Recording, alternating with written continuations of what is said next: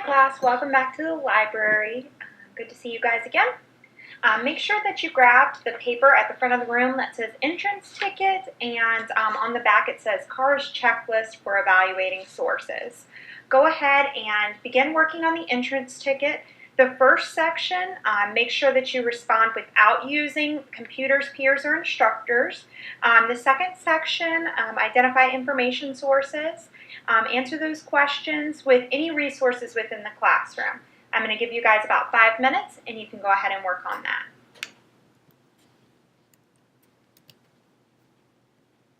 Now that you've had a couple minutes to look over the entrance ticket, let's go ahead and go over our entrance ticket. So the first section, list any 2 databases that contain academic and scholarly resources. So go ahead and shout those out.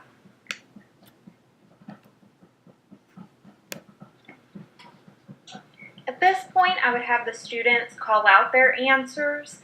If I'm finding that most of the students are getting the USF databases, they're understanding where they're at, then I might quickly move on. If the students are not getting it, we'd go to the USF databases again, because this is to really evaluate where they stand and if they remember how to find the scholarly databases within USF's larger library information.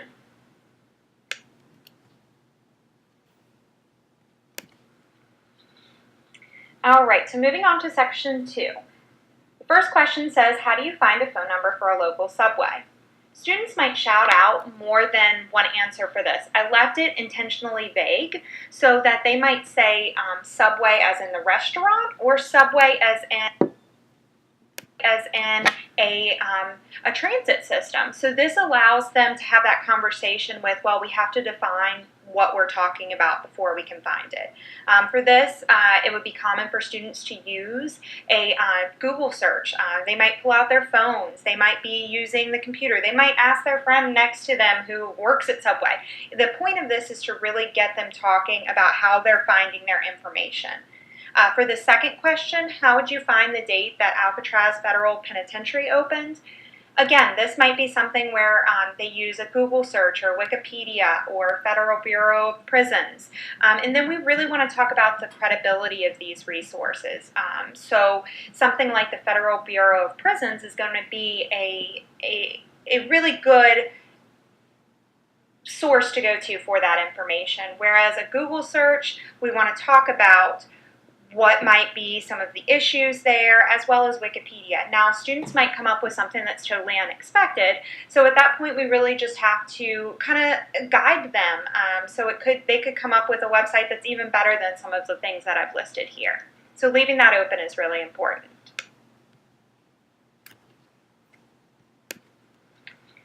Great, now let's take a look at our next 2 questions. How would you find the rate of incarcerations in the United States? What did you guys use?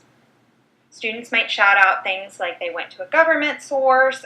The source that I have here is actually one that I pulled up through another university.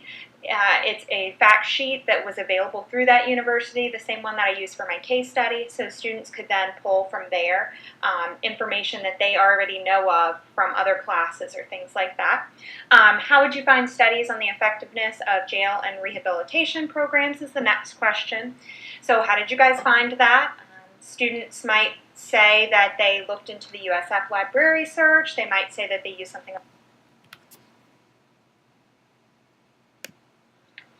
Students might say that they looked into the USF library search. They might say that they use something like Google Scholar.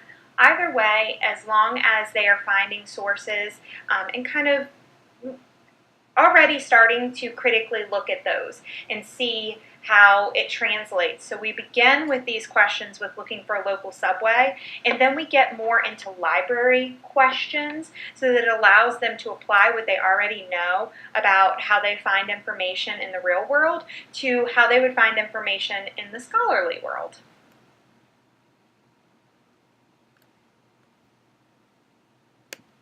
Okay, class, it seems like we're getting a good handle on how to find information and kind of reviewing what we learned in class last session.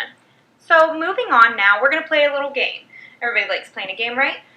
It's called Wikipedia or scholarly article, and it's a Kahoot game. First off, let's talk about, is everybody familiar with Wikipedia? Yeah, it's a popular resource. It looks like a lot of you guys are raising your hand. You know what that is. So what I want you to do is take out you can use your computer, you can use your cell phone, whatever you have around you, and we will go ahead and start.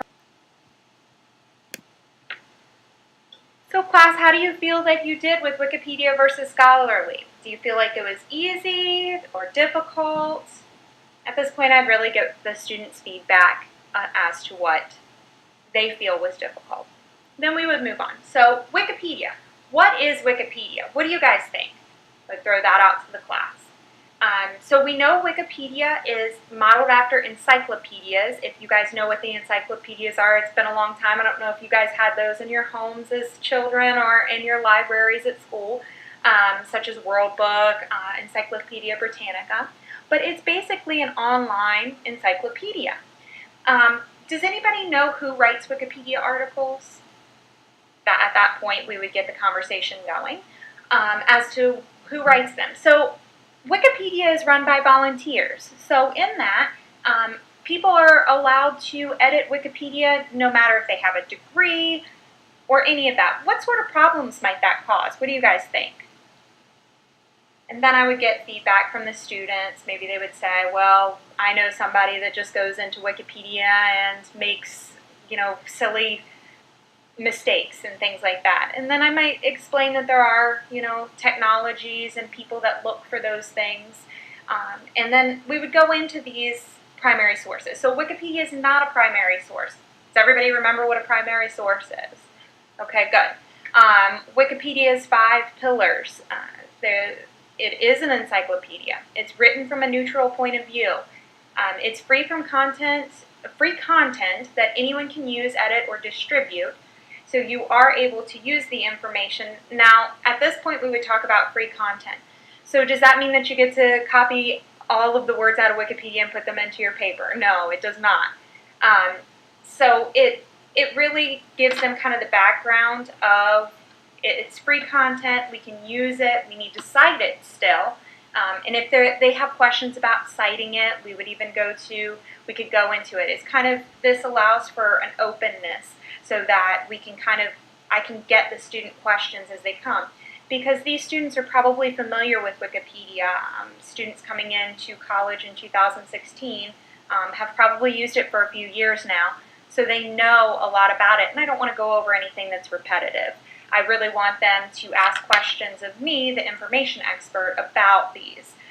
So editors should treat others with respect and civility, and then it has no firm rules.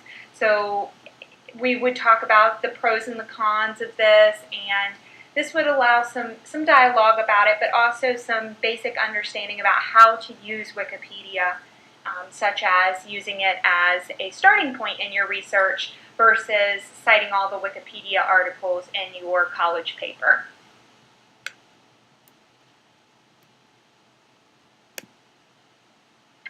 All right, class, at this point we're going to do a little group project. You can work in pairs, groups, or alone, but I really want you can use the bottom of your entrance ticket where there's a little bit of room. I want you to put into words how you would find all of these sorts of information.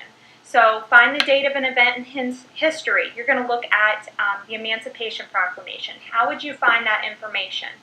Find the address of a museum. So at this point, you're going to look for the Smithsonian National Museum of American History. Then you're going to find a definition of a term from a textbook. So our term here is turboliner. Find statistics to support a claim, the number of libraries in the United States. Oh yeah, I have that memorized because I'm a librarian. I have to know that, right? Find scholarly resources for an academic paper, research question. So how has terrorism impacted the surveillance of public spaces? So I want you guys to get together as a group and then begin looking at those. You can work alone, you can work in pairs, you can work however you'd like, but I want you to get down some ideas and at least a sentence for each of those, how you would find them.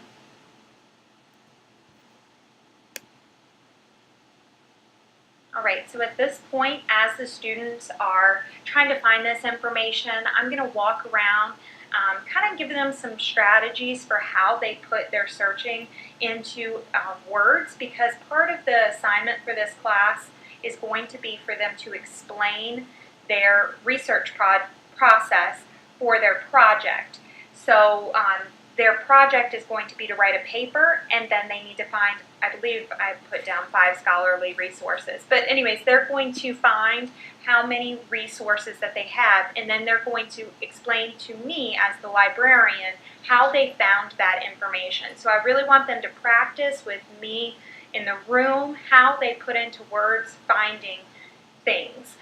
So it might be something that's easy for them. It might be something that's a struggle. I don't want them to say something like, I searched in Wikipedia, I searched in, or actually that might not be too bad, but I want them to look at like where they start. Do they go to Google? Once they get to Google, what do they look at? If they look at the first resource that comes up, how do they know that's the best one and not an ad? Those sorts of things are really going to get, I'm going to get a feel for where the students are at, and it allows me to scaffold their learning to figure out where they need extra help. So it's really going to be dependent on the group that I have. We might be able to go in a little bit deeper with a class that is already proficient in finding information. They already realize that they can go through the library to find academic information. Of course, this would be the second class within the library and information literacy program. So they should have some ideas already about finding information, but this would allow them to evaluate the information that they've found.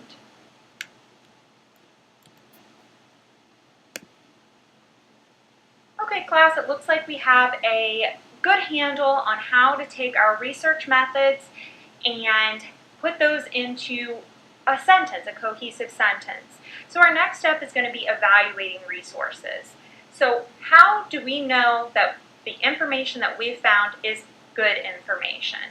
So that really depends on your project, and so we have created, or we have here, on the back of your entrance ticket, the CARS checklist for evaluating resources. We're going to go over that and look into what makes a good resource.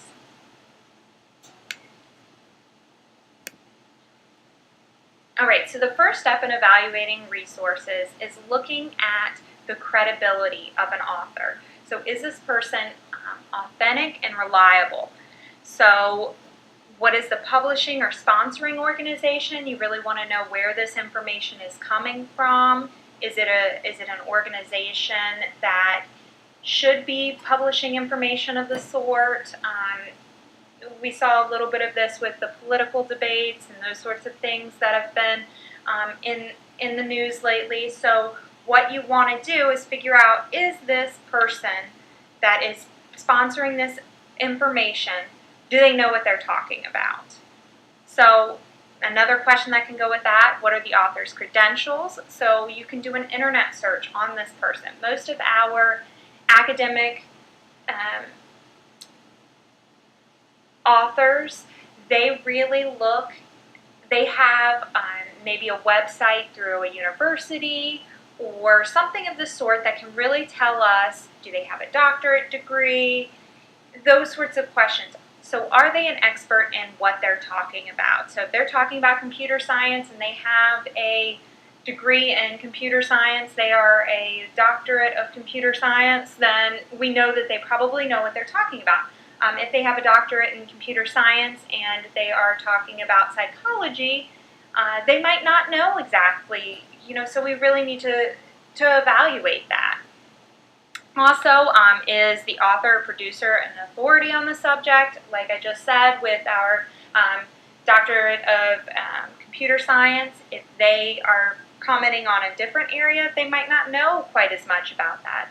Not that they aren't well informed, but just they might not be an expert on that topic.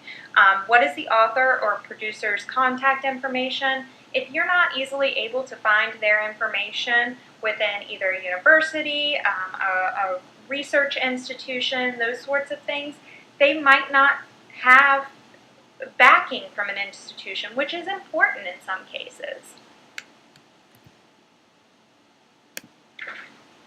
The next section we're going to look at is accuracy. How do you know the information is up to date, factual, detailed, and comprehensive? So what is the publication date or copyright? So if you are trying to write an article about artificial intelligence in the 21st century, would it be important for you to look at the date that something was published? Probably. If you have computer science information from the 1960s, that might not be as relevant to what you're doing. But if your article is about the creation of the personal computer, you might be able to use that article from 1960. Does the information on the site agree with other sources? So if you're in your resources and you have found 5 resources and one of them is just completely off the wall, you may want to look at where they're getting their information from. Do they relate it to prior studies, or are those sorts of things that will allow you to look at their citations and figure out if it's a new idea or if it is something that is completely different and they're not really supporting it. So you want to look for that. Does the information contradict itself? So do they say one thing one moment and then in the next they say something completely different? You want to check for those sorts of things. And how is the information relevant to your research needs?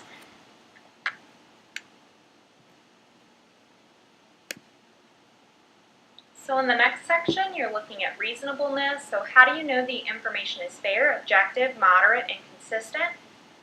What bias does the author, host, or sponsor appear to have?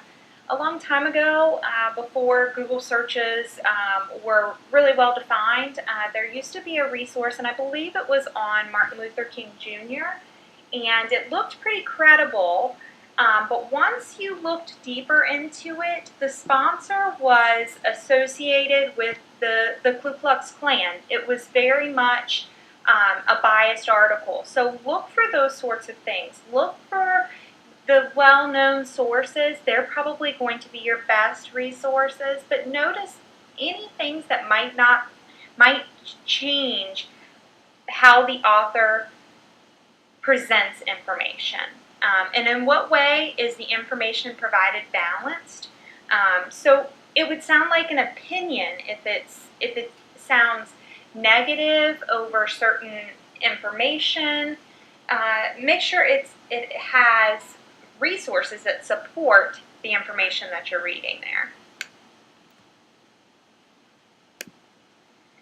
And the last section is support. So we've kind of talked about that all throughout. That's one thing that you're going to find with academic research. We want support. We want, how do you know that what you're saying is good information? So how reliable, accurate, reasonable, well supported are the sources for your research? So how many sources support the resource? Can you find them easily? And pick one source and evaluate it with the CARS list. How credible, accurate, and well supported does it seem?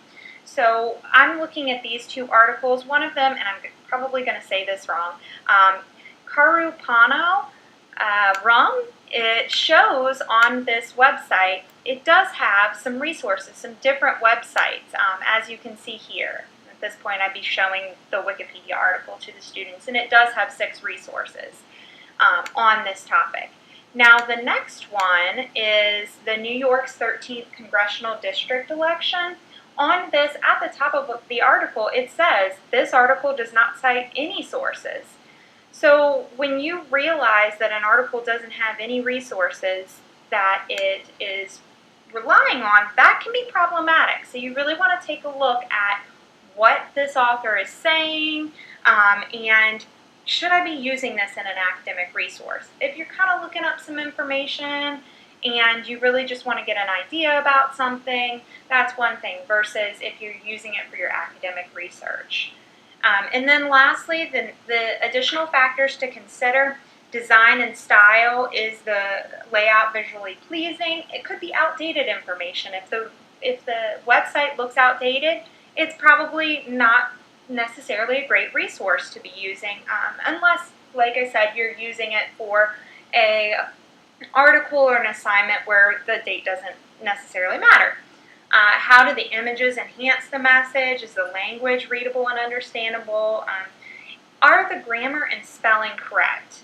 Have any of you guys ever seen an article or read something and somebody spelled things wrong? I think we see that on social media a lot. You want to make sure that if you're using a resource that they've looked over what they have to say and they're fixing those grammar and spelling issues. And lastly, electronic sources. What is the purpose of the site? Is it clearly stated? You could look for things like mission statements. When was the site last updated? Who was the intended audience of the site? And are links provided for more information? What percentages of the links still work? These are things that you can use to evaluate Wikipedia as well, as we've been talking about Wikipedia within this class today. If some of the article links aren't working for citations down at the bottom, then maybe it's not the most up-to-date information on Wikipedia.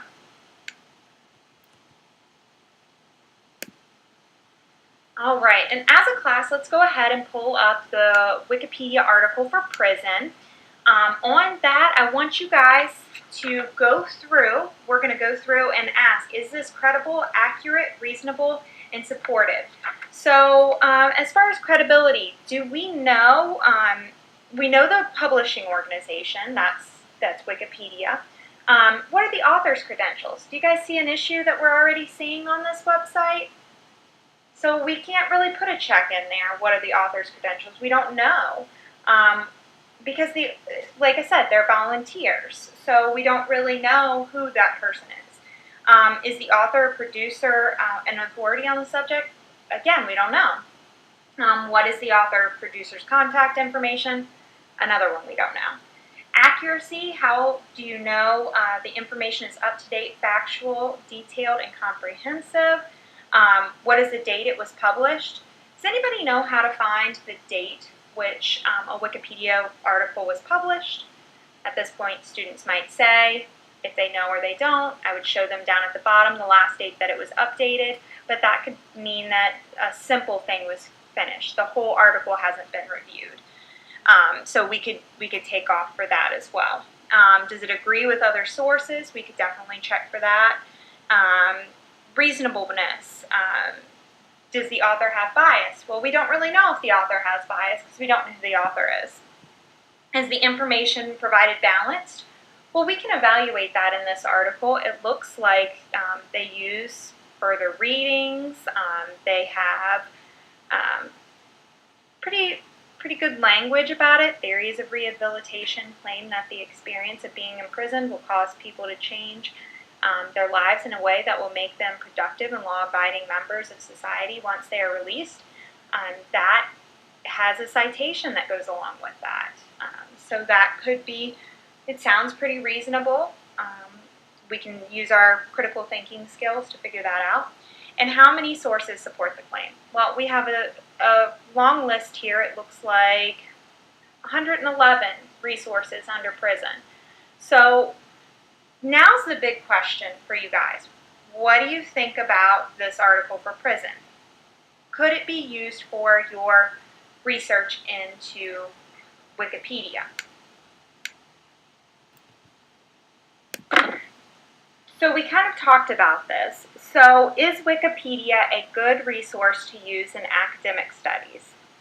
Well, that depends.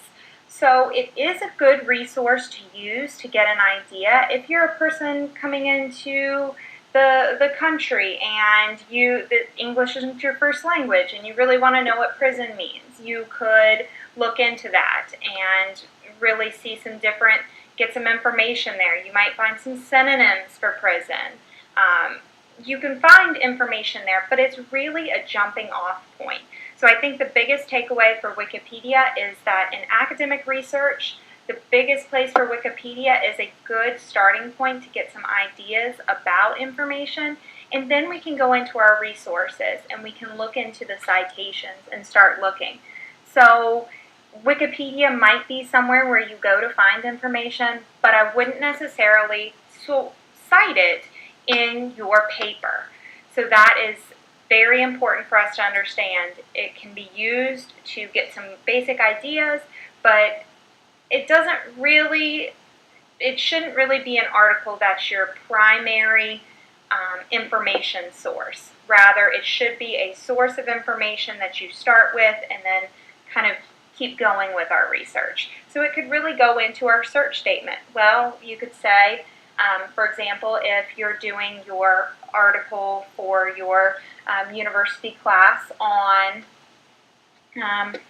pick a topic, any topic.